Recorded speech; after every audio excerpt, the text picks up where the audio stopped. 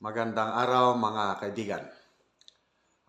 Pag-usapan naman natin ngayon, ano na ang update sa Captain's Peak Resort sa gitna ng Chocolate Hills sa Bohol. Okay, nagkaroon po ng Senate hearing na pinangunahan ni Senator Cynthia Villar. At nag-invite sila ng mga resource persons. Okay? Ang isa sa na-invite ay ang Governor ng Bohol, si Governor Enrico Aumentado. So ano ang stand ng Governor? Kasi gusto ng DNR na i-closure na, ipasara lahat ang mga resort sa Chocolate Hills. Meron din sa Mount Apo Natural Park, meron din palang resort sa Mount Apo at gustong ipasara. So, sa Senate hearing, ito ang stand ng Bohol Governor. Nag-appeal siya o ayaw niya na maisara ang mga resort sa Chocolate Hills. Hindi lang itong Captain's Peak Resort, meron pa yung Bud Agta. So parang dalawa o tatlo ang resort within the Chocolate Hills. So, ulitin ko, nag-appeal, nag-request na huwag sanang isara ang mga resort sa Chocolate Hills. Yun ang stand ng kagalang-galang na governor. Ito ang kanyang statement. The closure of resorts, while a victory for environmentalists, also cast a shadow on the livelihood of those employed there and the economic aspiration of the local community. So ang rason niya is paano ang kabuhayan ng mga tao sa area. Okay? So that's normal. Being the governor, siya ang amahan ng probinsya eh. Okay, dagdag pa ng governor. This is a brutal reminder that every environmental decision is also a social one, affecting real people with real needs. Okay? So, kasi yung pinag-uusapang resort ay naipatayo pala sa title properties. Na pag-alaman natin na ang Land Registration Authority, ito yung nagbibigay ng titulo, meron siyang na-issue na 5,652 titles within the Chocolate Hills Natural Park na covering 7,860 hectares. So, malawang. So, biruin mo, ang dami, 5,652 titles. Dahil titulado, parang may karapatan yung mga nagme-may-ari na i-develop yung lugar nila for their livelihood. Ganun po ang stand ng governor. So, ito ang dagdag ng governor. Before this area was declared a protected site, there were communities and farmland already. These are places where they were born. These are their homes going back several generations. If development is allowed, guidelines should have no room for ambiguity, especially on the roles of protected area management board members who are tasked to safeguard these titles. Okay, so i-discuss ko yung ambiguity, yung bang there is confusion.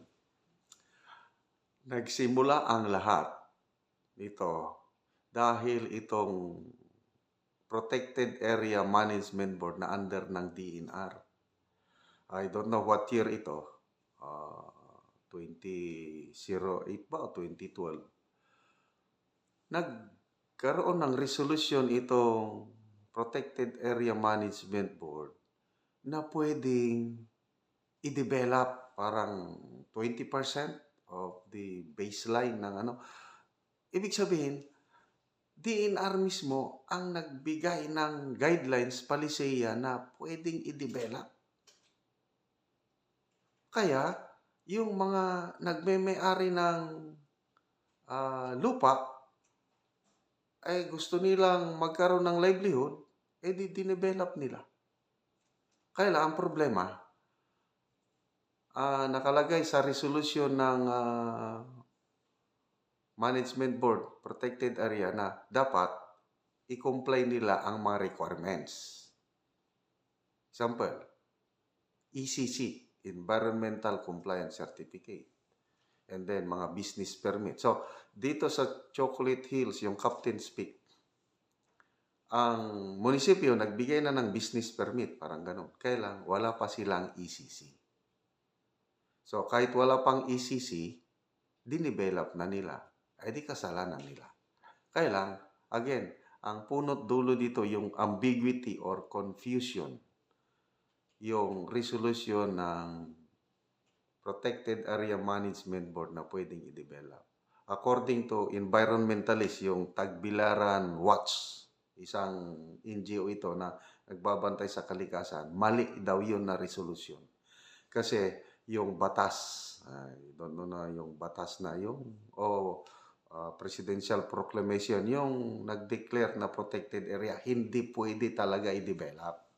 So, maling-mali ang DNR, sabi ng Tagbilaran Watch. Okay? So, yung ano ang response ng mga senators doon sa apila ng Governor of Bohol na huwag sanang isara? Ay nako, nagalit po ang dalawang senadora. Una, si Senator Cynthia Villar, nagalit.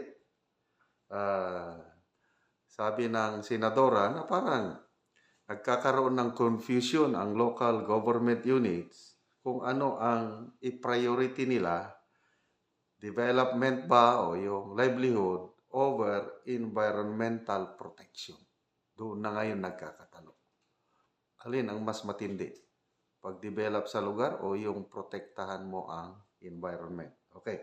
So, sabi ni Senator Villar, itong si Governor Enrico Amintado, then Bohol Congressman, siya po ang lumakad o nag-exert ng effort na ang Chocolate Hills to be among legislated protected area enshrined in the expanded National Integrated Protected Area System where it was passed by Congress. Ibig sabihin, itong then Congressman Aumentado, may effort siya no na ano siya, maging protected area ang ang Chocolate Hills. So ngayon, parang nagbabalimbing siya. Iba na ang tono. 'Yon ang sinasabi ni Senator Villar. Okay?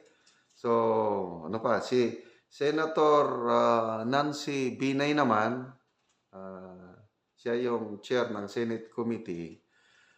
Local government officials cannot feign ignorance on the need to preserve Bohol as a protected area after undergoing the process of being, bantayin natin